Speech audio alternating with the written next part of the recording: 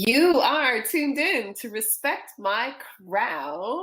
Hello, ladies. Respect My Crown is a community designed to support women who desire to step into the abundance that awaits them. We know that now is the time to manifest our visions, realize our dreams, and accomplish our goals. Respect My Crown is a support system that encourages women to deepen in spirituality, sisterhood, accountability, and service. And I am so excited about our special guest today. She believes in empowering and equipping people with skills and tools and resources that they can utilize for life.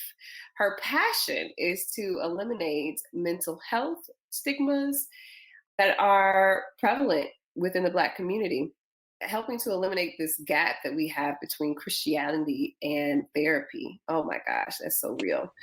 She's a licensed professional counselor in Georgia. She is a podcast host. She is a speaker and an authenticity coach. And she is a good friend of mine. Please welcome Bianca Hughes to the show. Hey! Hello. You like that gap in that Christianity piece? Oh my gosh, girl, that is so real. I mean, Yes. at some point, I just want to just walk into the pulpit and just shake people. You know, it's like, come on, guys. All right, we can Yeah. pray about it. That's cool. I'm down with that. But when are we going to sit on somebody's couch and really work this out? You know, Yeah, for real. I it is agree. tough. Now, I am, my friends always tease me about when I tell the stories of when we first met because they say I always screw it up and I'm just like making stuff up. So I'm going to tell the story of when we met and then you can tell me if it's just total bullcrap. So Okay. we first met at my book signing at Correct. a mall in Georgia, right? Correct. And you came into the book signing and I remember you saying something about how you like to support Black women authors, and you asked me what my book was about, and we had a great conversation about it, and then we ended up following each other on social media, and then we became friends. It was like a real authentic thing, right? Yeah, it was like, it wasn't hard. It wasn't. Yeah. The story is correct. Yes, you didn't mess Okay, it you up. know what? For the first time, I got it right. See, my friends are always like, Jay, no, that's not really what happened. So look, Yeah. I got it right. See, 2020 is off to a great start. I'm over Yeah. here telling the truth and everything. So Yeah.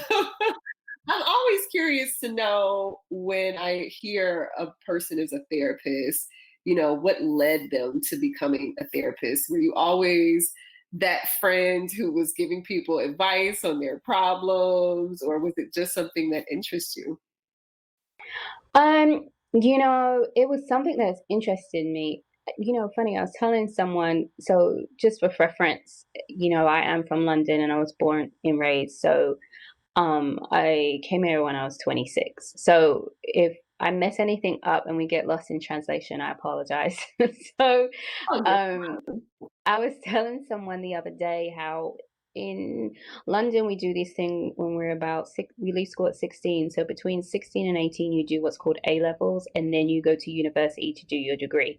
And I remember I originally did an A level, well, started an A level in psychology and stopped because I didn't like the teacher, and I changed my whole thing and went into travel and tourism. So this is actually a second career, and I wow. would say that, yeah. So I think it's funny how things just turn back around.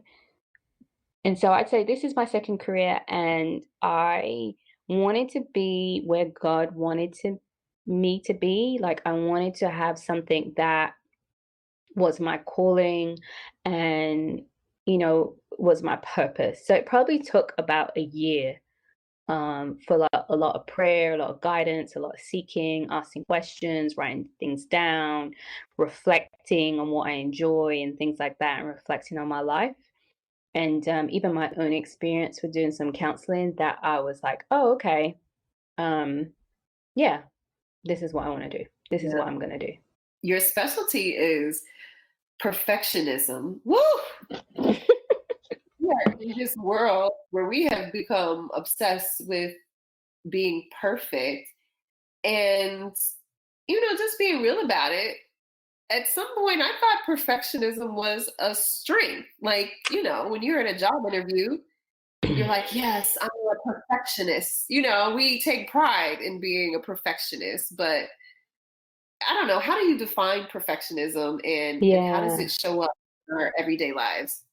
So I totally agree that it could be confusing for some people. For jobs, do look for that person, but I think that just a preference to say that there's a difference between perfectionism and excellence. And I think often what the jobs are seeking is excellence versus perfectionism. Mm, Um, so I define perfectionism as a consistent and exhausting cycle of trying to be enough.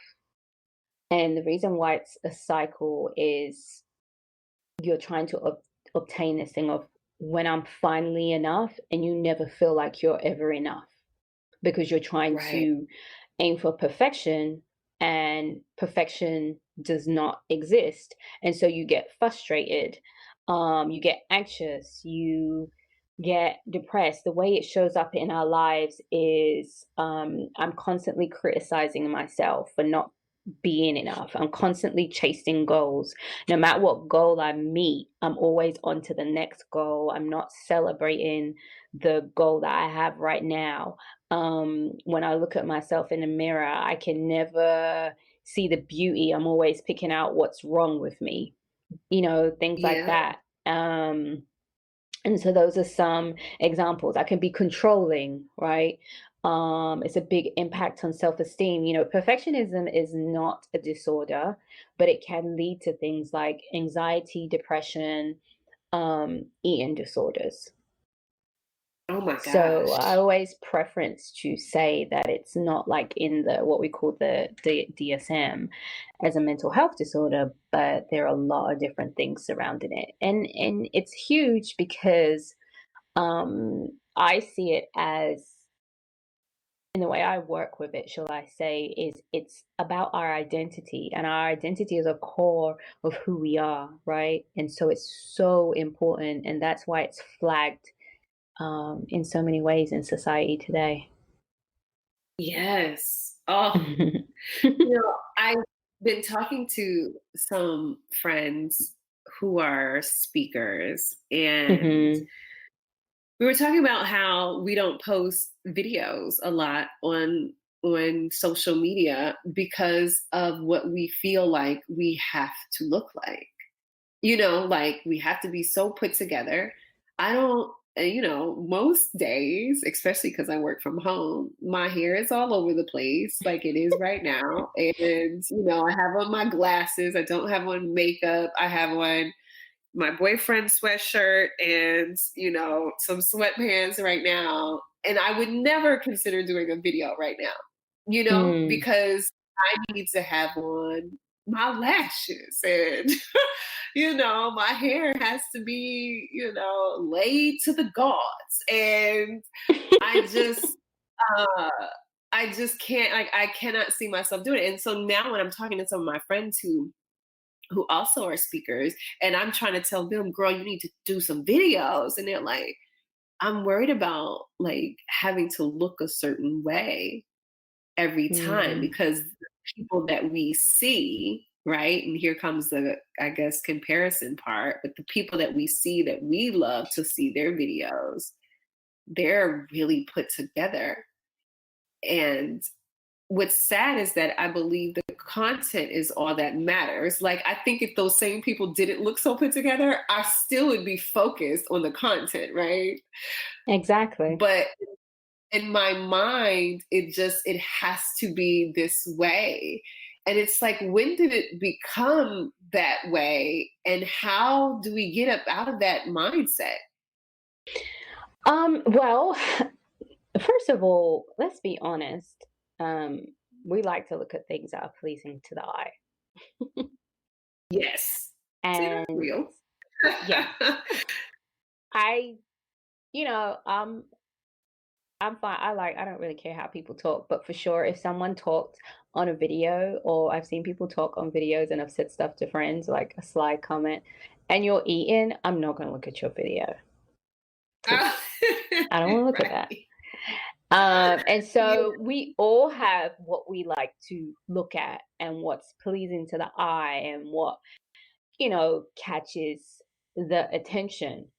And so, and we're all guilty of that. Otherwise, why would there be, movies and nice things? And, I got something in the mail from Apple today, and I was like, "Ooh, this is fancy. This is nice." It was a nice experience, right? It made me feel good. It makes us feel good. So that's a natural um thing within us that we want to look at nice stuff. And Yeah. so, yeah, we can't. But when we are constantly, I don't think there's anything wrong with wanting to look nice when you do a video and look presentable. But it's like when it's stopping you from doing what you need to do and you have a message to get out and it's the thing that's always stopping you, then that's the problem. I always talk to people about having things in balance, right? Yeah. And so when you have a message and you have a content, it needs to talk. Like this is just not about you. Right. Right. Getting It's out of not. that, And people getting out don't of that. care. If Yeah. you have a message and this person is struggling or this person is in pain, they're like all they think about, like you said, is the content good? Can they connect with me? Do they hear what I'm saying? They do not, they will bypass how you look. They will Yeah. bypass how you look. And so we have to, that's again where it comes back. We have to do the work on ourselves and be comfortable with ourselves and be confident. One of the things I'm working on is being confident and believing in myself. When you say doing that work, right?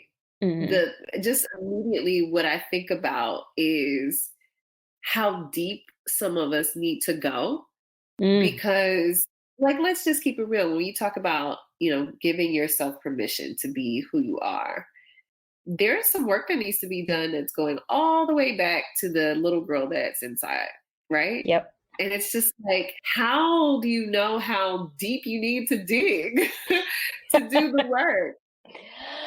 um, I don't think the work ever stops, and that doesn't mean. And so when I say that, that's not preference to say you need to be in therapy all the time. I think that there are different ways to do the work. Therapy is definitely one. And the reason I say that is that you can't just come to therapy and think that you're doing the work. You have to do the work outside so that you can continue to do the work, if that makes sense. And Yeah. so I think that instead of focusing on how deep I need to go, focus on your what you are doing. Because if you focus on how deep, it's gonna be like forever, Yeah. right? We're Yeah, always exactly. growing, we're always developing. I think it's good that you said that it's something that is an ongoing process, because when I first started going to therapy, that's what I thought it was. I thought it was like, I'm gonna go to therapy for 3 times and then I'm good. And look, new me, new goals. And I was in therapy for 3 years and dealing, you go to therapy for one thing, Mhm. dealing with coming out of an abusive relationships, um, then realizing that I was in an abusive relationship with my mother, but um, and how that relates to me being happy with who I am. Because I think sometimes we're still digging up some of the words that we've heard from other people. And, Mhm. we've kind of attached those words to our brain. We've made those false statements real in our minds, right? Mhm. And, you know, I guess, how do you give yourself permission to be you? That word permission comes up so much. It's a big word that I'm being used. And I think it starts with you. Like It starts with literally saying, "I'm gonna give myself permission to be me," right? Um, and like I said, recognizing it's gonna be a journey and being intentional about discovering what does that look like, what does that feel like, what's not okay, Mhm. and what's okay. And Yeah. it's definitely something that's intentional, and therefore you're going to have to protect yourself in certain cases because you may be put in a situation or asked to do something that is not going to give you space to be you or give you time to be you. So once you make that, and I encourage people to say stuff verbally because it gives it more power, um, to say that, and then and then I'm going to be intentional. And then I'm going to take some time out. Then I'm going to discover. Then I'm going to read some books. Then I'm going to do some research. Then I'm gonna take some time to be quiet and be still and connect with me. It is a process, but you make this decision, and then you make the decision and choice every day to continue that process. Oh, that's good. That's good. The permission to choose, Mm, because sometimes we are so caught up in pleasing everyone else and being who everyone else wants us to be, that we don't even know that we have permission to to choose, to put yeah, ourselves yeah. first. I always share people just on that choice thing because uh, I remember when I would share this when I worked in a hospital with and do groups, and I just made it very simple because I know a lot of people would say, "Well, I don't have a choice," and most of the time we have a choice unless you are, of course, a child, um, or if you're in an abusive situation, right, and your power's been taken away. But for the majority of us, in the most cases, we have a choice. It doesn't feel like we do.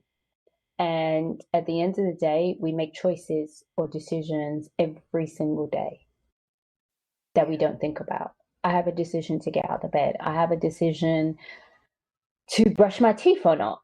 You brush it, but you can also not brush your teeth. I gonna put clothes on. Well, you don't have to. I make up my bed. Well, you don't have to. Or I didn't make up my bed. Or I can make up my bed. Every single day, we are making decisions and choices, but it doesn't feel like it because it's routine. Yeah. Gosh, we do. We really, Hmm. yeah, you're right. It's so Hmm. routine. You don't realize it. What have Yeah. you learned on your journey, Oh. um, while giving yourself permission to be you? Like, what are some things that really stood out to you that you said, wow, like, I Oh, didn't know this about, or this was important to me? I said something. I think I said it to you. Uh, I was sharing with you. So one things I've realized is the money shame. Recently, Mm, in regards to where I should be financially and where I shouldn't be financially, and that I think I said yeah. something along the lines of like, I think money is better than me. Um, Yeah. Yep. and money makes me feel insecure. Mm, And I think that came from giving myself permission to recognize I have money shame and be willing to do the work around my money shame. yeah. So, but tell me Mhm. the process of how you got there. Like, what were the conversations or the questions Uh, that you asked? I was actually doing this. What is her name? I'm actually looking at it now. Jaquette Timmons, and she had this question, and she do I have this question in front of me? I do. And she's talking about how we have to have a relationship with your money, and how important it is. And I think the question was, how would you describe your current relationship with money? And Mm, I actually got anxious. It's like, I don't know. I don't really? have a relationship. I think I got anxious because I couldn't ask the question. And I know that I don't like when I can't answer a question. I like to feel very knowledgeable. And I couldn't Yeah, answer a yeah. question about me. And so I remember leaving my house and going for a walk because I was that anxious and I was just mad because I couldn't answer it. And I was like, I'm leaving this house and I'm going for a walk. And I went for a walk and then I was talking to a friend and I was just venting. I can't believe she asked me this. I don't know. I don't know. I feel embarrassed. Da, da, da, da. You know what? And I just blurted it out. I feel like money's better than me and it makes me feel insecure. Yeah. Mm, That was the process wow. of that coming out. So, in what ways have you been working to change that? This year, I have a couple of words, and one of the words that I'm focusing on is being at ease. And so, like I said, it would make me feel anxious. So I have been at ease, and I'm learning to do some affirmations and be grateful because I also learned that how did I learn this? So I used to rent out my house for Airbnb and I stopped. And so the money, of course, coming in was reduced, right? I was just like, oh, if I only had that money, da da da da da. Last thing I had the money, I would complain that only if I had more, I would be able to do this. And it was like, Yeah, girl, it don't matter what situation you in, it ain't never enough for you, is it? Like yeah, literally having this yeah. conversation with myself. Yes. It's so real. And I learned to be more grateful.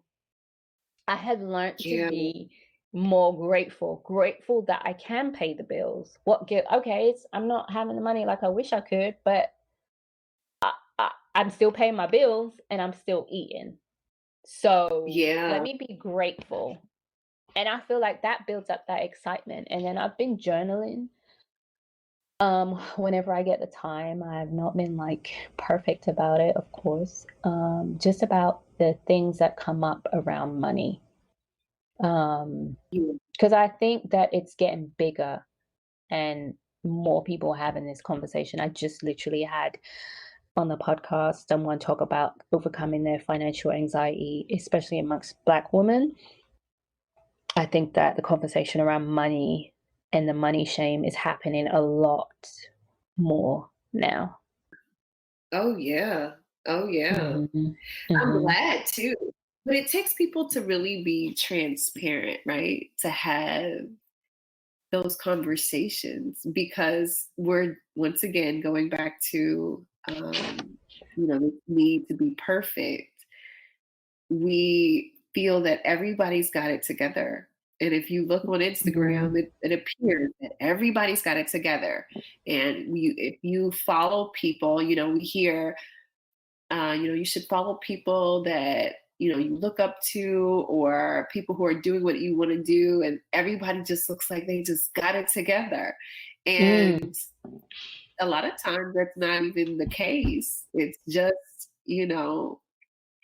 what we want to show to the world, or you are wanting to really inspire people. And so you're putting on a front for people, and or Yep. some people really don't have it all together, or this area of their life may be all together and they might be suffering in other areas and we don't know that. But um I don't know. I think it can be challenging sometimes to be real with yourself when you are comparing yourself to things that aren't even Mhm. real. Ooh, Does that yeah, make that's a sense? big one. Yeah, there's a quote, something like, "Don't compare your insides to someone else's outside." Mm. Yeah, see? Yeah. Yeah, yeah, That's that's good. exactly what you're saying, and I think that's a constant reminder. I have probably I would say as a therapist and anyone else, I actually have that constant reminder that people are human, and because I see the pain that people experience. And so Yeah. even though, that's not to say I don't get caught up in social media, but I have a stop point where I could be like, wait a minute, you don't know about this person, and I can have that conversation with myself. But if you have Yeah. never been exposed to people being vulnerable and real and seeing what's behind closed doors, it's hard for you to understand that. That's why I'm so grateful for the friendships that I have, where you can have those genuine conversations with people and know that it's okay to say that it's not okay all the time. And not to say you aren't working on it, but can you just be real about, how you feel today and what's been going on? My friends now tell me, like, I know what it looks like on Instagram, girl, but how are you really doing? And I'm so grateful that they get it. You know what I mean? Because not to say that I'm acting at all, because I really try to be as transparent as possible. But I also make money from Instagram, just as I know a lot of Mm, people do.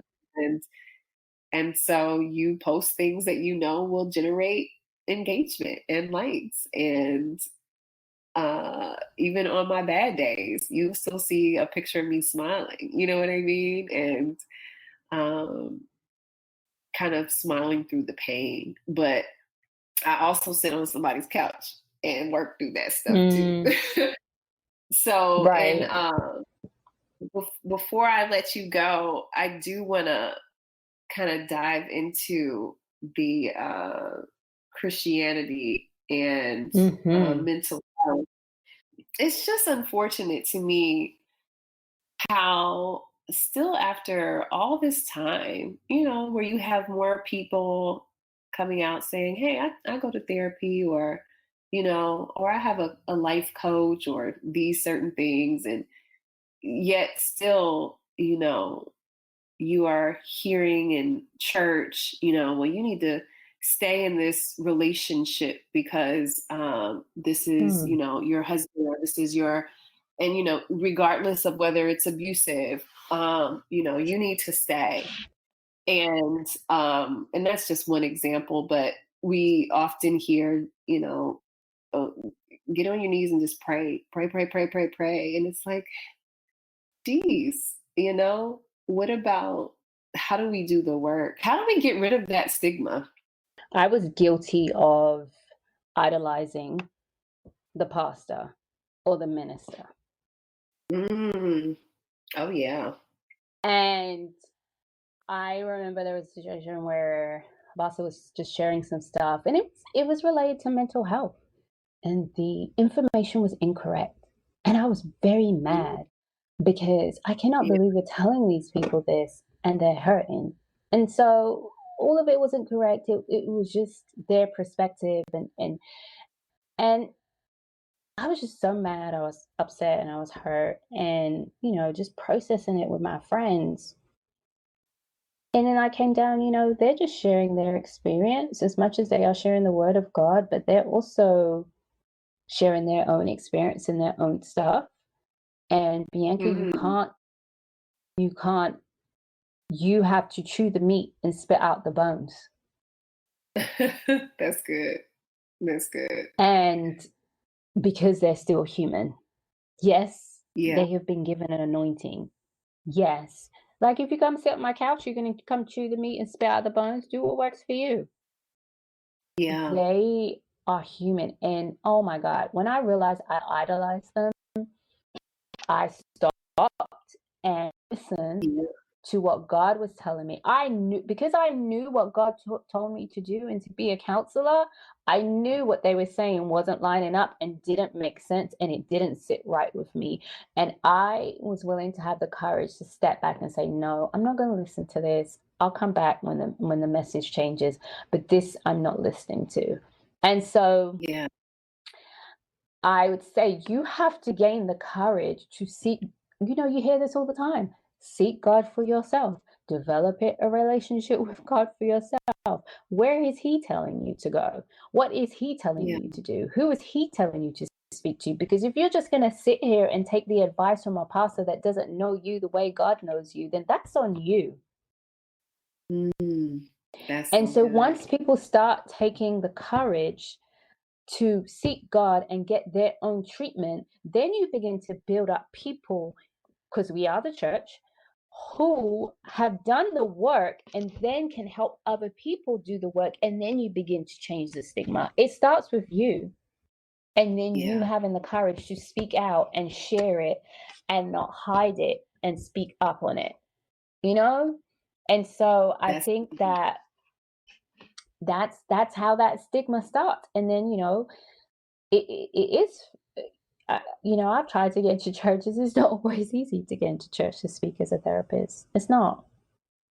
yeah. There's Yeah. these guidelines and what are you going to speak about, or, you want to make sure you don't say the wrong thing, and which it is opposite to, the many forms of Jesus is he's a counselor.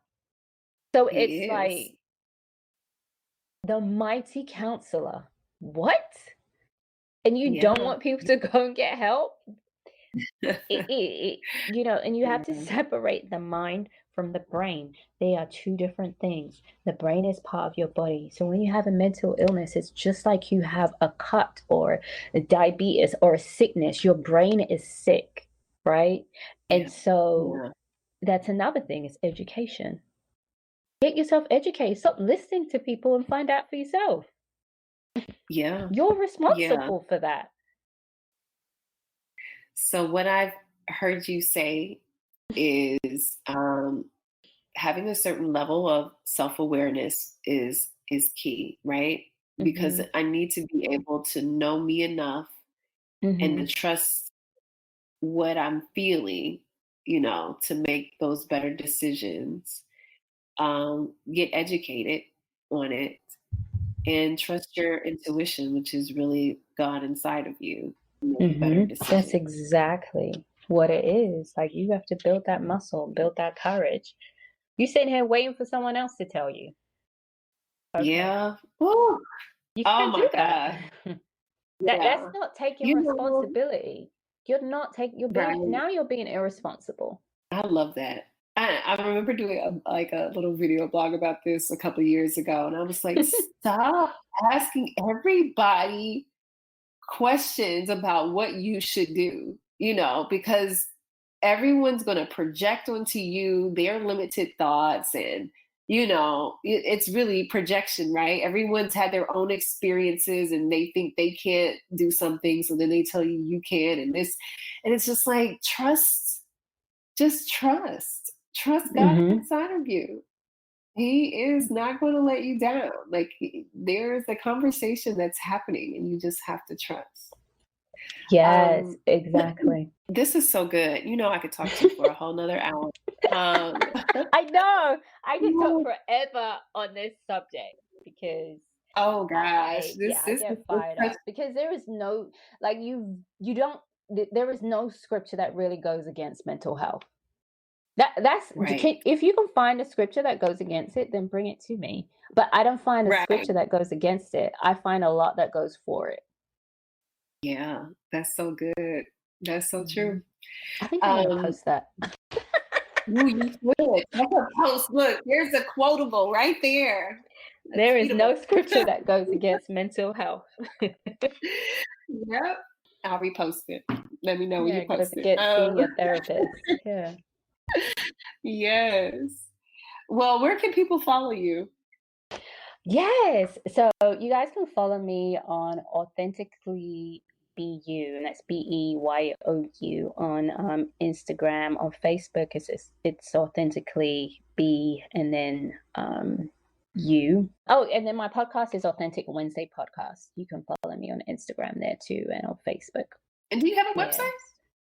Yes. Oh, yeah, my website is biancahughes.com. And on the podcast, we talk a lot more about those vulnerable conversations. So we're bringing people more into their authenticity. And so if you're someone who's like, I want to give myself permission to be me, that's probably some good stories to listen to. Oh, I can't wait. Yeah. I want to thank you so much. And something I have not, I guess, really shared with you, as I'm in a season of gratitude and wanting to share with people how grateful I am for them. But 2 years ago, I reached out to Bianca on Instagram and I'm like, girl, I want to go to London.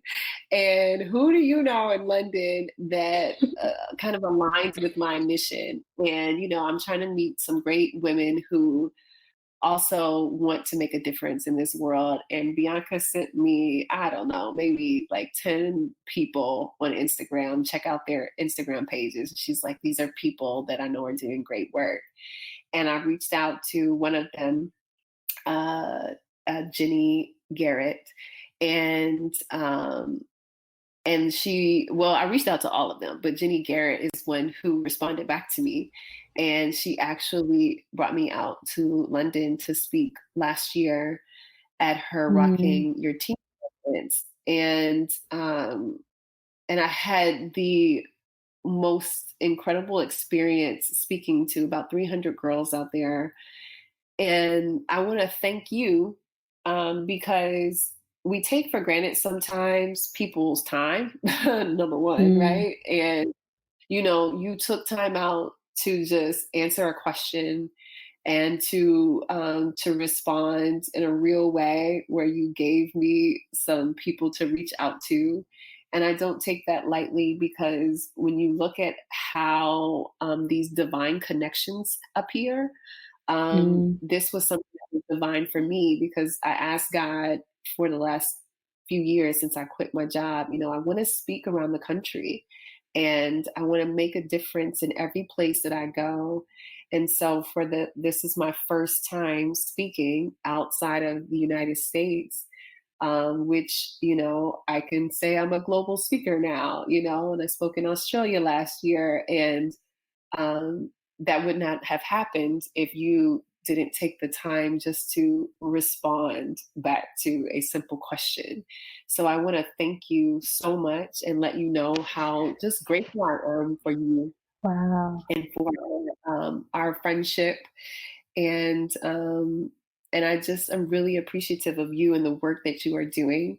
You welcomed me to Atlanta with open arms, and we attended one of your events. That was so fun, and I was so filled up when I left there with your siesta sisters. Hmm. So, Sister Siesta, yeah. and yes, it Yeah. was just so amazing. And yeah, so I just want you to know that you are such a blessing to the world, and you've been a huge blessing to me, more than I probably have been able to express to you. And I just want to thank you for being who you are. Oh, thank And, you.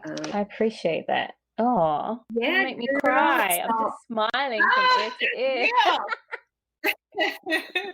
And we need to hear that sometimes, 'cause people just Yeah. you don't realize it. But I always ask my guests to leave with one affirmation.